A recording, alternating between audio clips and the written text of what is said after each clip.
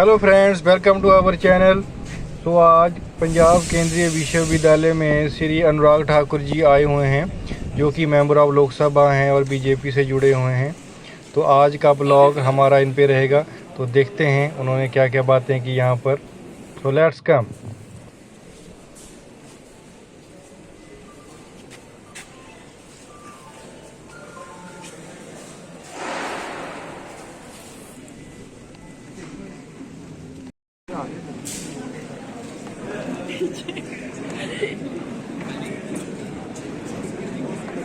कहाँ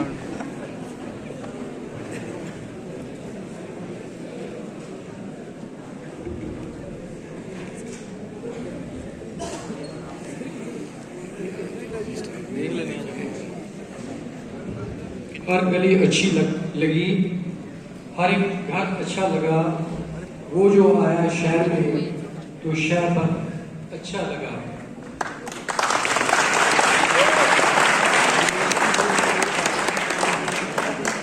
सौ चांद भी चमकेंगे तो क्या बात बनेगी। तुम आए हो इस सभागार में तो इसकी औकात बनेगी।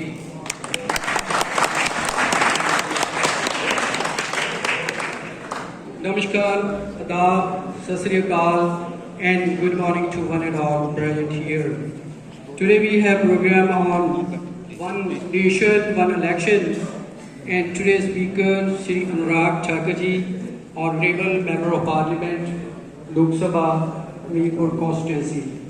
And before the formal starting of the program, Central University of Punjab has its sacred tradition of watering the plants.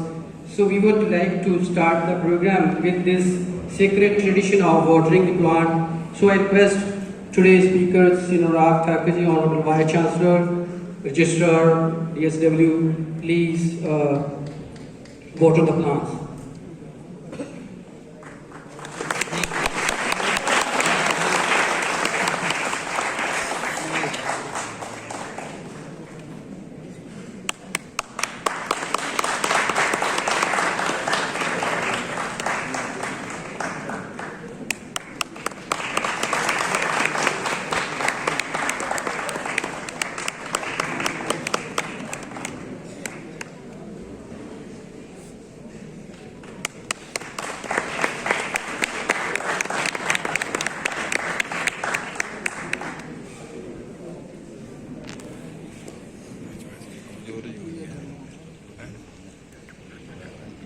Second tradition of university, all programs are being started with the University Kolgi. So I request all please rise up on your seats so that we can perform that tradition of the university. And now I request please play the University Kolgi.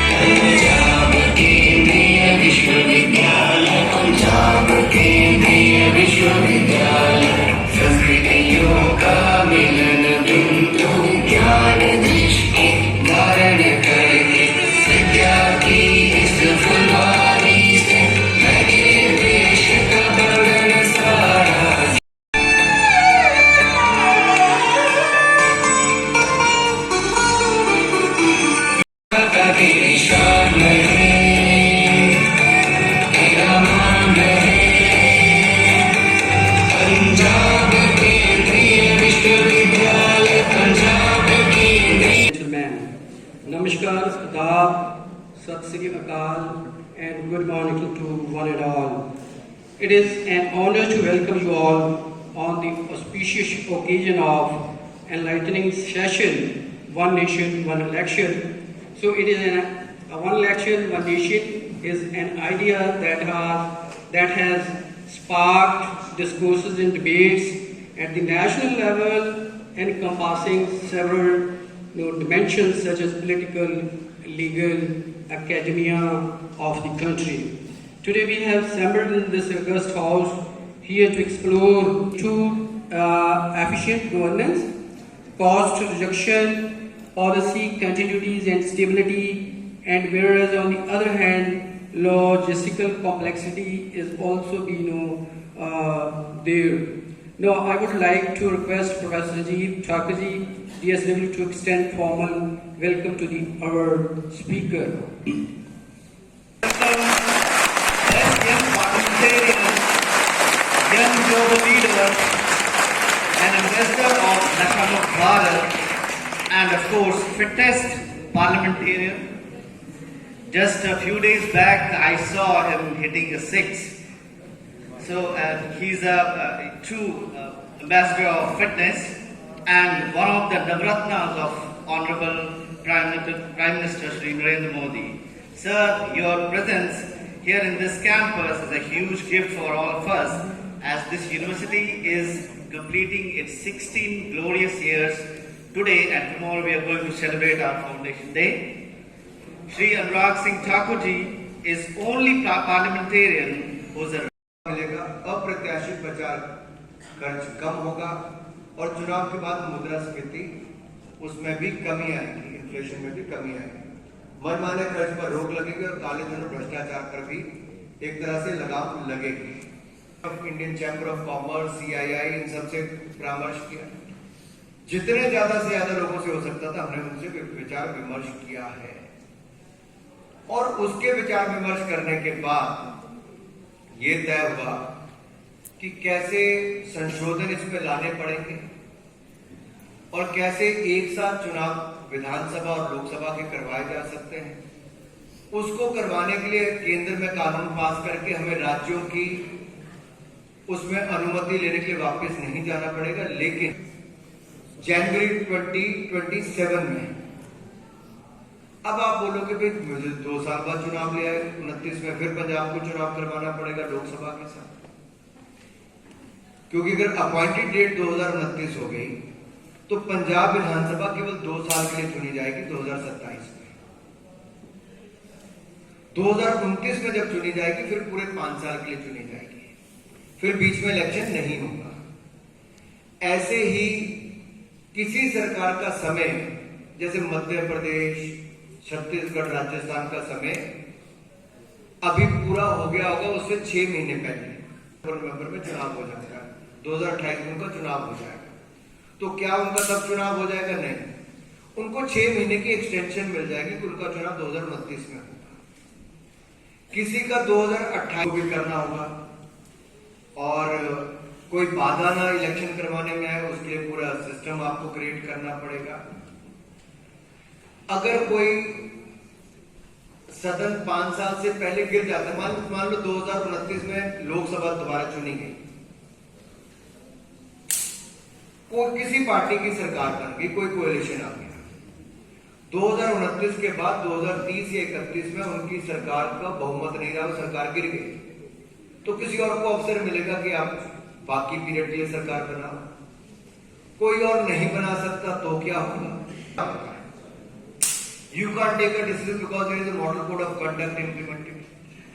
अब चुनाव आचार संहिता लग जाती है, कोई निर्णय नहीं कर पाता, तो अधिकारी भी देखते हैं नेता तो चुनकर आए नहीं, तो निर्णय कौन लेगा?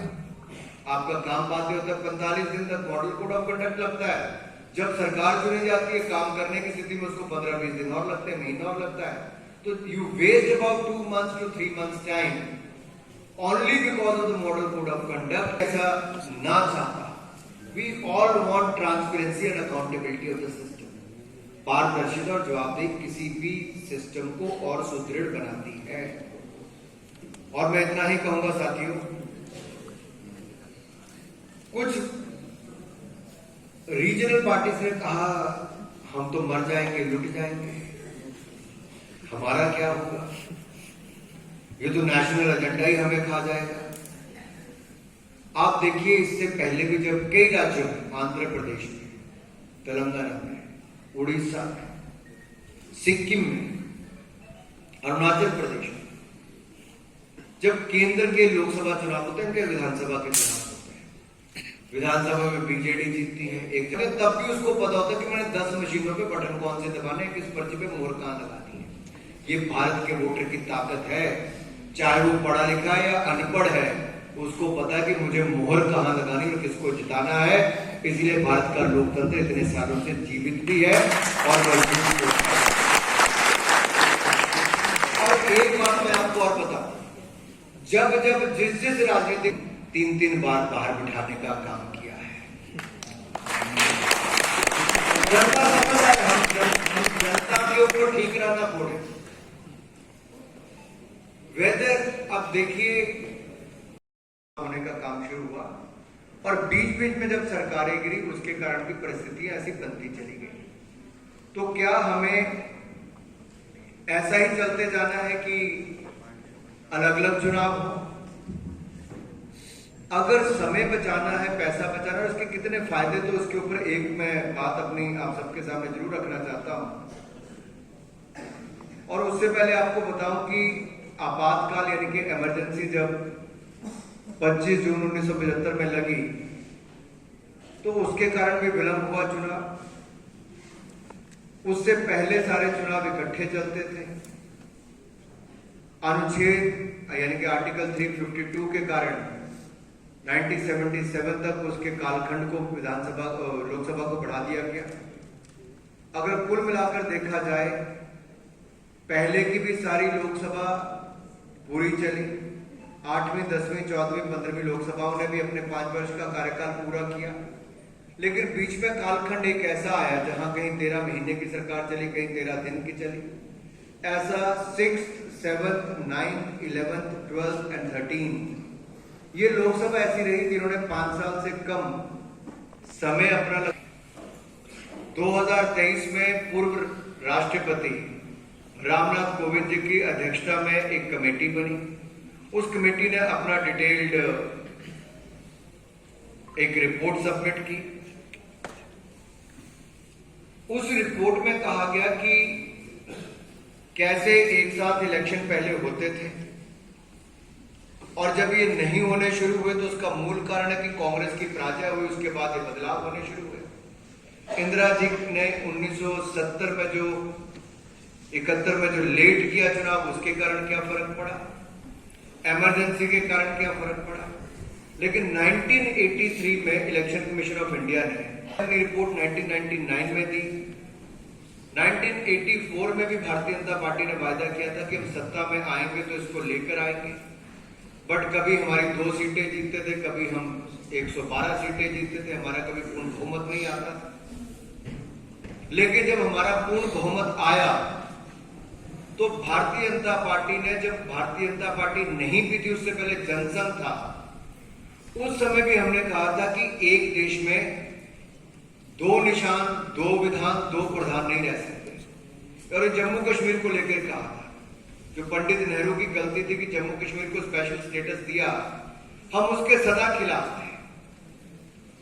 और जब हमारी सरकार बनी, नरेंद्र मोदी जी की सरकार दूसरी बार 2019 में बनी, हमने आर्टिकल 370 को सदा के लिए समाप्त कर दिया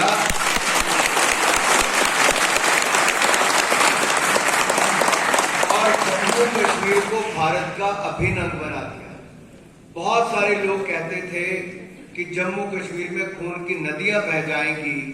जम्मू कश्मीर के चुनाव में मैंने सबसे ज्यादा सभाएं की, मैं कह सकता हूं वहां एक बूंद भी खून की नहीं बही, बल्कि ज्यादा खून।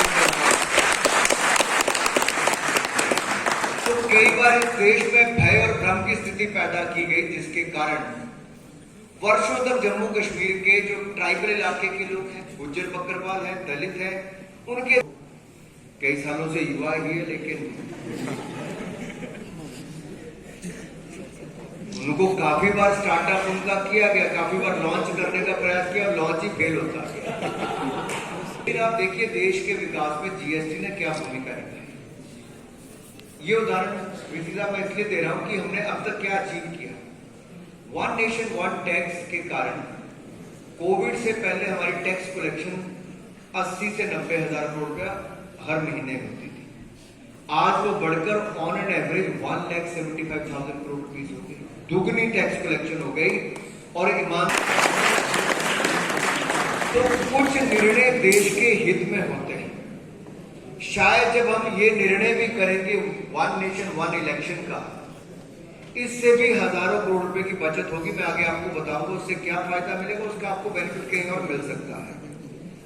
तो जब ये समिति बनाई गई, कॉस्ट एफिशिएंसी की जब हम बात करते हैं, एक साथ चुनाव होने से खर्च और प्रशासनिक लागत में बचत होगी,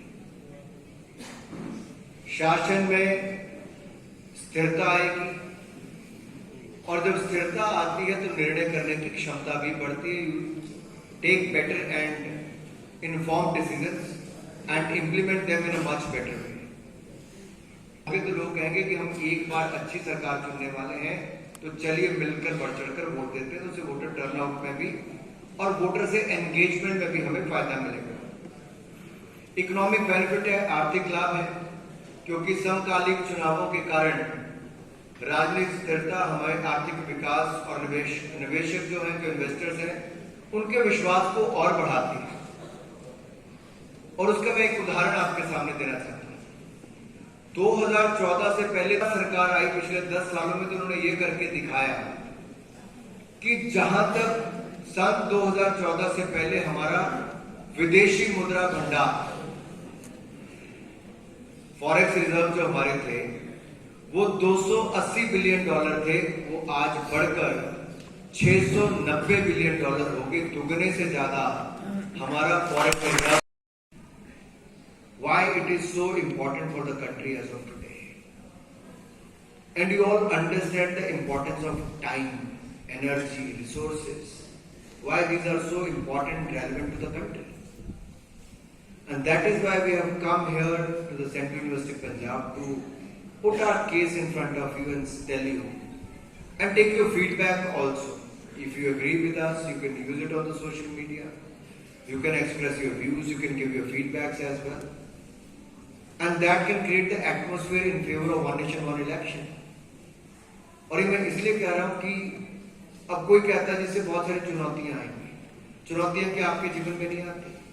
क्या आपके जीवन में परेशानियां नहीं आती? अगर आती भी है तो साथियों, भागने से कुछ नहीं होता। कि होता है कुछ भागने से? होता है कुछ?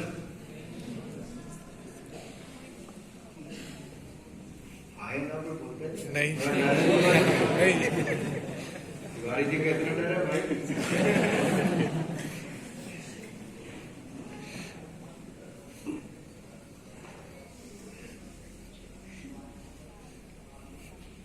हर जिंदगी में एक मुश्किल इम्तिहान होता है। परेशानियों से भागना बहुत आसान होता है।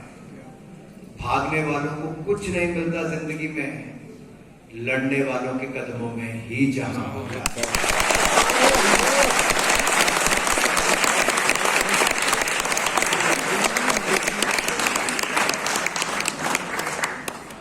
और मैं तो उन युवाओं के बीच में हूं जहां मेरे देखते देखते मैं साहब इस एक्सपीरियंस को इसलिए यहां पे शेयर करना चाहता हूं।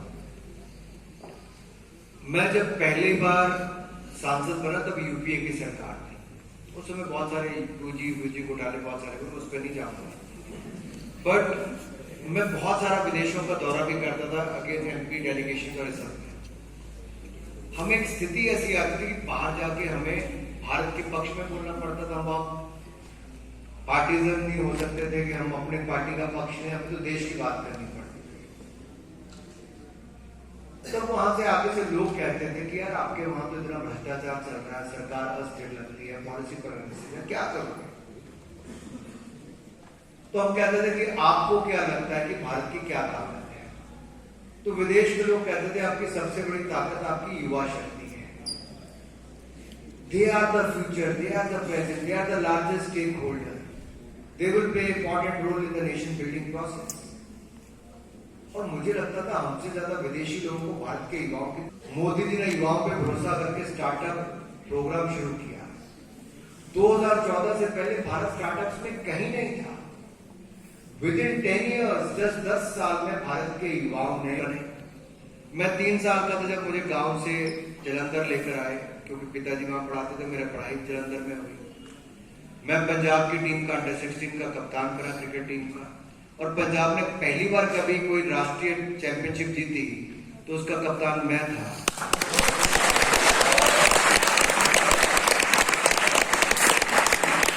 अंडर 19 हमने नेशनल चैंपियनशिप जीती, नॉर्थ जोन का मैं कप्तान था, अंडर 19 का नेशनल चैंपियनशिप हमने जीती। रणजी ट्रॉफी पंजाब ने पहली बार लुधियाना में जीती जब हमने पंजाब में हराया। विष्णु बेदी हमारे कोच थे 1992-93 में, तब मैं उस टीम का मेंबर था 17 साल की उम्र में। गुरु नानक देव यूनिवर्सिटी मेरी यूनिवर्सिटी थी, वो हमने नेशनल चैंपियनशिप 20 बारी उसकी हमने जीती। सब तो मैं पंजाब में रहा, हमारा हिस्सा पंजाब का ही हिस्सा था, हिमाचल का एक बड़ा हिस्सा पंजाब का हिस्सा हुआ करते थे पहले। तो प्रोफेसर संदीप जी को मैं इतना कहना चाहता हूँ कि बोली अलग हो सकती है, क्षेत्र अलग हो सकते हैं, लेकिन भावनाएं सबकी एक है। मैं विषय किसी और पे था, तो मैं यहाँ पे आ गया अपनी बात बताते हैं। किस विषय पे था? क्या बात कर रहा था?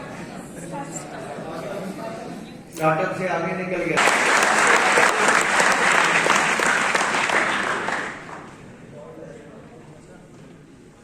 मेरा आप सबसे कहना ही है, भारत के पास अपार संभावनाएं हैं। हमें उन संभावनाओं को समझना है। The opportunities what we have today, and we should know how to make the best use of it. आप जब सेंट्रल यूनिवर्सिटी से बाहर निकल कर जाएं तो आपके हाथ में केवल एक डिग्री ना हो। ये डिग्री तभी काम की है जब आपको ये रोजगार के लायक बनाए, स्वरोजगार के लायक बनाए, कारोबार करने के लायक बनाए या आविष्कार करने के लायक बनाए। अगर ये चारों में से कुछ नहीं करने के लायक है तो डिग्री का कोई फायदा नहीं।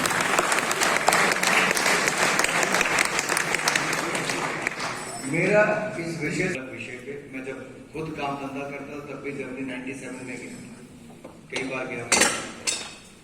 They have a dual education system where they put a lot of emphasis on the practical knowledge. They spend more time on the machine, on the job, and they get to learn what is actually required. What we lack today, when I speak to the industrial houses, they see that students have the degrees but they don't have the practical knowledge. And what they seek from them, they lack that. तो हम उसमें क्या कर सकते हैं, कितनी industry से हमारा टाई अप ज्यादा हो ताकि क्लासरूम से ज्यादा इनका इंडस्ट्री के पास ज्यादा समय बीते, तो नेचुरली इनको वो अडॉप्ट भी कर लेंगे, इनको रोजगार भी मिल जाएगा, इनको कैसे प्रैक्टिकल नॉलेज भी मिल पाएगी। वो आप उस पर जरूर अवश्य करके दें। मैं तो इतना ही कहूंगा कि ये तो लोकसभा में आ ही जाएगा जो बिल हम लोग लाने वाले हैं। केवल एक दो विषय जो मुझे अंत में इसके बारे में की जाती है, हमारी जो सिक्योरिटी फोर्सेज है इसमें 2-3 एलिमेंट्स आते हैं। एक इलेक्शन कमीशन को जो बार बार चुनाव कराने पड़ते हैं। अब इसमें जब विधानसभा लोकसभा की पढ़ाई पे और बाकी सब पे दे पाएंगे, जो स्पेंडिंग कैंडिडेट्स की होती वो बचेगी। जब सारा चुनाव इकट्ठा होगा तो पॉलिटिकल पार्टीज की स्पेंडिंग बचेगी।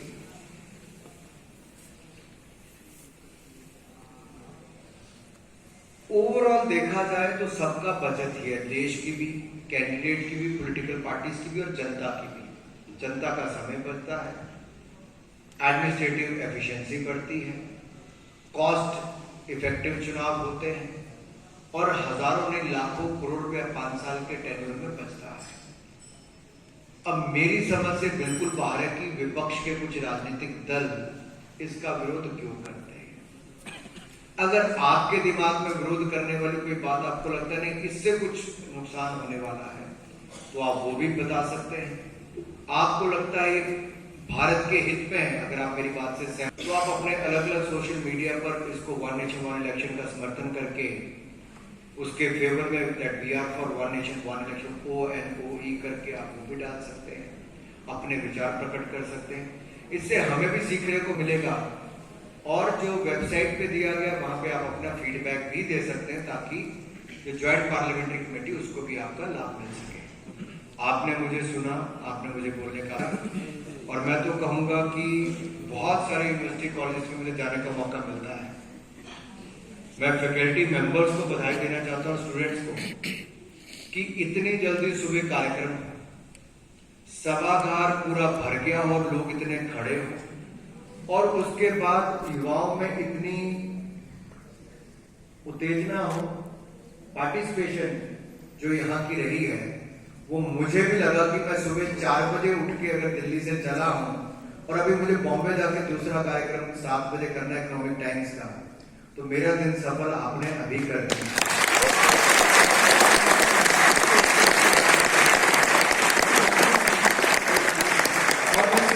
मैं कल भी, क्योंकि कल शिवरात्रि थी, कल मैं रात को ही फ्री 1:15 बजे हुआ पूजा पाठ करने के बाद, 2-2.5 घंटे सोने के बाद 4 बजे उठ के 4:30 बजे तो एयरपोर्ट पहुंचना था, 5:30 बजे की चंडीगढ़ की फ्लाइट थी और फिर वहां से 3-3.5 घंटे लगे, 3.5 घंटे वापस आना है, फिर बॉम्बे जाके कार्यक्रम, बॉम्बे से फिर रात को 11:30-12 बजे मेरी फ्लाइट वापसी दिल्ली की है। मैं आप सबसे इतना ही कहूंगा, भारत के पास बहुत बड़ा अवसर है, बहुत बड़ा अवसर है, जिसकी कल्पना नहीं कर रहे कि कितना बड़ा अवसर है। अगर हम 10 सालों में ये सब कर सकते हैं जो मैंने आपके सामने बताया कि हमने क्या इंफ्रास्ट्रक्चर में, हेल्थ, एजुकेशन और बाकी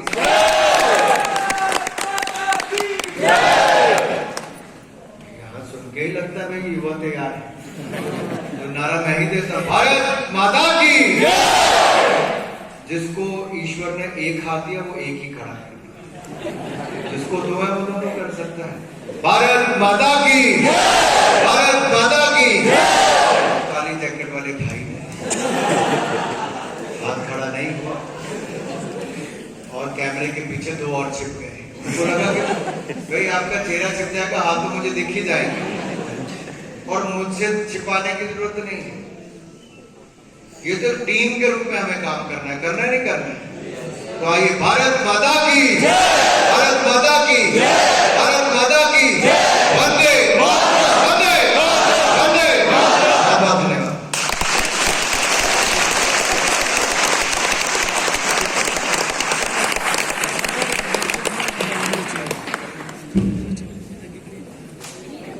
Thank you so much indeed, and could the youth of this nation could become a milestone for achieving the strength. I think in the coming time it is not impossible.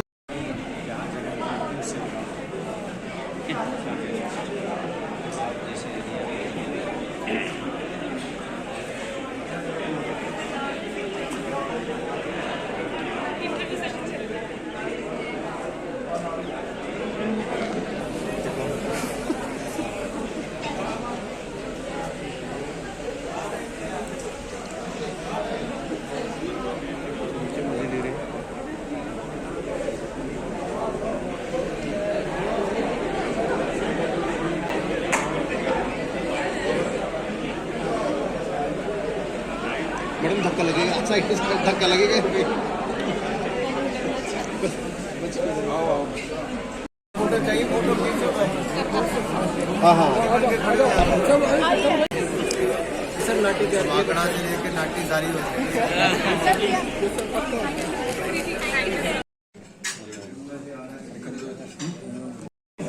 तो guys, इसी के साथ हमारा blog भी ख़त्म होता है। I hope आपको अच्छा लगा होगा। Please like, share, subscribe. See you in the next vlog. Thank you.